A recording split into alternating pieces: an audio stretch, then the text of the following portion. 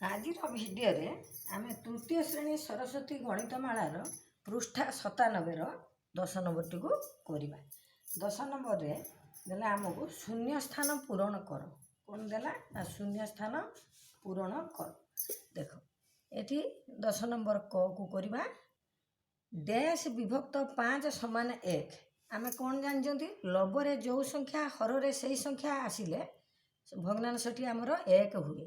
ତାହେଲେ ଲବରେ ଆମେ କେତେ ଲେଖିଦେବା 5, ହରରେ ଅଛି 5, ତାହେଲେ ଭଗ୍ନାଂଶଟି କେତେ ହେଇଗଲା 1। ତାହେଲେ ଏଠି ଆମେ କେତେ ଲେଖିବା ନା 5 ହେଲା, 5 ଲେଖିବା। ବର୍ତ୍ତମାନ ଖ ନମ୍ବରଟିକୁ କରିବା। ଖ ନମ୍ବରରେ ମଧ୍ୟ 7 ବିଭକ୍ତ 7 ଦେଲା, ହରରେ ଯେଉଁ ସଂଖ୍ୟା ଲବରେ ସେଇ ସଂଖ୍ୟା ଦେଲା, ତେଣୁ ଭଗ୍ନାଂଶଟି କେତେ ହେବ 1। ତାହେଲେ ଖ ନମ୍ବର ବି ହେଇଗଲା 1। ବର୍ତ୍ତମାନ ଦେଖିବା ଗ ନମ୍ବରଟି। ଗ ନମ୍ବରରେ ଦେଲା 10 ଫେଡ଼ାଣ 7 ପୂର୍ଣ୍ଣାଙ୍କ 1 ବିଭକ୍ତ 3। ଗରେ ଦେଲା 10 ଫେଡ଼ାଣ 7 ପୂର୍ଣ୍ଣାଙ୍କ 1 ବିଭକ୍ତ 3। ଇଏ ଅଛି ଆମର ମିଶ୍ର ଭଗ୍ନାଂଶରେ। ଆକୁ ଆମେ କ'ଣ କରିବା ନା ଅପକୃତ ଭଗ୍ନାଂଶ କରିଦେବା। 10କୁ 10 ରଖିଲେ ଆକୁ କ'ଣ କରିବା ହରକୁ ପୂର୍ଣ୍ଣ ସଂଖ୍ୟା ସହିତ ଗୁଣିବା। 7 କେତେ ହେଲା 21, 7 ଗୁଣନ 3 ଲବକୁ ତା ସହିତ ମିଶାଇଦେବା ଲବ 1। ତାହେଲେ କେତେ ହେଲା ଆମର ବିଭକ୍ତ କେତେ ଅଛି 3। ତାହେଲେ କେତେ ହେଲା ନା 10କୁ 10 ରହିଲା 7 21 1 22 ବିଭକ୍ତ ଫେଡ଼ାଣ ଚିହ୍ନ ମଝିର 22 ବିଭକ୍ତ 3। ଆକୁ ଆମେ ଫେଡ଼ିବା 10 ଫେଡ଼ାଣ 22 ବିଭକ୍ତ 3। ତାହେଲେ 10 ତଳେ କିଛି ନାହିଁ ଅର୍ଥ 1। ତାହେଲେ 1 3ର ଲସାଗୁ କେତେ ହେବ ନା 3 ହେଇଗଲା ଲସାଗୁ। ବର୍ତ୍ତମାନ କ'ଣ କରିବା ଏ ଯେଉଁ ହରକୁ ଏ ଲସାଗୁରେ ହରିବା। 3 ହରଣ 1 କରିବା କେତେ ପଡ଼ିବ ନା 3।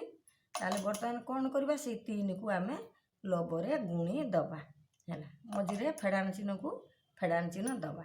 ବର୍ତ୍ତମାନ ଲସାଗୁ 3, ଏଠି ହର ଅଛି 3, 3 ହରଣ 3 1। ତାହେଲେ କ'ଣ କରିବା ନା ସେଇକୁ 22 ଗୁଣନ 1 ହେଲା କରିଦେବା। ତାହେଲେ ବର୍ତ୍ତମାନ 10 3 30 ଫେଡ଼ାଣ 22 କେ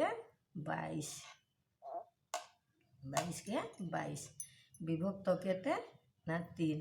ତାହେଲେ 30ରୁ 22 ଗଲା 8 ବିଭକ୍ତ 3 ହେଇଗଲା ଆମର ଉତ୍ତର। ତାହେଲେ ଶୂନ୍ୟ ସ୍ଥାନରେ କେତେ ଲେଖିବା 8 ବିଭକ୍ତ 3। ତାହେଲେ 8 ବିଭକ୍ତ 3 ହେଲା। ବର୍ତ୍ତମାନ ଆମେ କ'ଣ କରିବା ନା ଘ ନମ୍ବରଟିକୁ କରିବା। ଘ ନମ୍ବରରେ ଦେଲା 7 ବିଭକ୍ତ 8 ସମାନ ଡ୍ୟାସ୍ ବିଭକ୍ତ 32। ଦେଖ 7 ବିଭକ୍ତ 8 ଦେଲା, ତାହେଲେ କ'ଣ କରିବା ଲେଖିବା ପ୍ରଶ୍ନକୁ ଘ ନମ୍ବର 7 ବିଭକ୍ତ 8 ସମାନ କେତେ ଦେଲା ନା ଡ୍ୟାସ୍ ବିଭକ୍ତ 32 ହେଲା। ଡ୍ୟାସ୍ ବିଭକ୍ତ 32 ଆମକୁ ଦେଲା। ତାହେଲେ ଆମେ କ'ଣ କରିବା ଏଠି ଦେଖ ଏ ହର ଅଛି 8, ଏଠି ସମାନର ହର ଅଛି 32। ତାହେଲେ ଆମେ କ'ଣ କରିବା ପାଇବା ପାଇଁ ନା 32 ହରଣ 8 କରିଦେବା। 32 8 ଚଉ 32 ଆମେ କେତେ ପାଇଲୁ ନା 4 ପାଇଲୁ ହେଲା। ଆମେ କେତେ ପାଇଲୁ ନା 4କୁ ପାଇଲୁ। ସେ ଯେଉଁ 4 ପାଇଲୁ ଏଇ 4କୁ ଲବରେ ବି ଗୁଣିବା ହରରେ ବି ଗୁଣିବା। ତାହେଲେ ଲବ କେତେ ଅଛି ଆମର 7, ଏ ଯେଉଁ 4 ପାଇଲୁ ଗୁଣିଦେବା। ତଳେ ଅଛି 8 ଗୁଣନ ସେଆକୁ ଗୁଣିଦେବା 4 ଯେଉଁ ପାଇଛୁ। ତାହେଲେ ଏଠି କେତେ ହେଲା ନା 7 ଚଉ 28 ହେଲା, 28 ପାଇଲୁ। ବିଭକ୍ତ କେତେ 8 ଚଉ 32, 32 ଦେଇଛି ପ୍ରଶ୍ନରେ, ଆମେ ପାଇଗଲୁ 32 ସଂଖ୍ୟାକୁ। ତେଣୁ ଶୂନ୍ୟ ସ୍ଥାନରେ ଆମେ କେତେ ଲେଖିବା ନା 28କୁ ଲେଖିବା ହେଲା, 28କୁ ଲେଖିବା। ହେଇଗଲା ଏ ଆମର ଉତ୍ତର। ବର୍ତ୍ତମାନ ଦେଖ ଉ ନମ୍ବରଟି କିପରି କରିବା ଏଇ ପ୍ରଣାଳୀରେ ଆମେ ଉ ନମ୍ବରଟିକୁ ମଧ୍ୟ କରିବା। ଉରେ ଦେଲା 7 ବିଭକ୍ତ 8। ଉ ନମ୍ବରରେ ଦେଲା 7 ବିଭକ୍ତ 8 ସମାନ କେତେ ଦେଲା ଲବ ଦେଇଦେଲା ଆମକୁ 56 ବିଭକ୍ତ ଡ୍ୟାସ୍ ହରକୁ ଆମକୁ ମାଗିଲା। ତାହେଲେ ଆମେ ଏଠି ମଧ୍ୟ ସେଇଆ କରିବା। ଉପରେ ଲବ ଦେଇଛି, ତାହେଲେ 7 ଦେଇଛି, 7କୁ 56 ହରଣ 7 କରିଦେବା।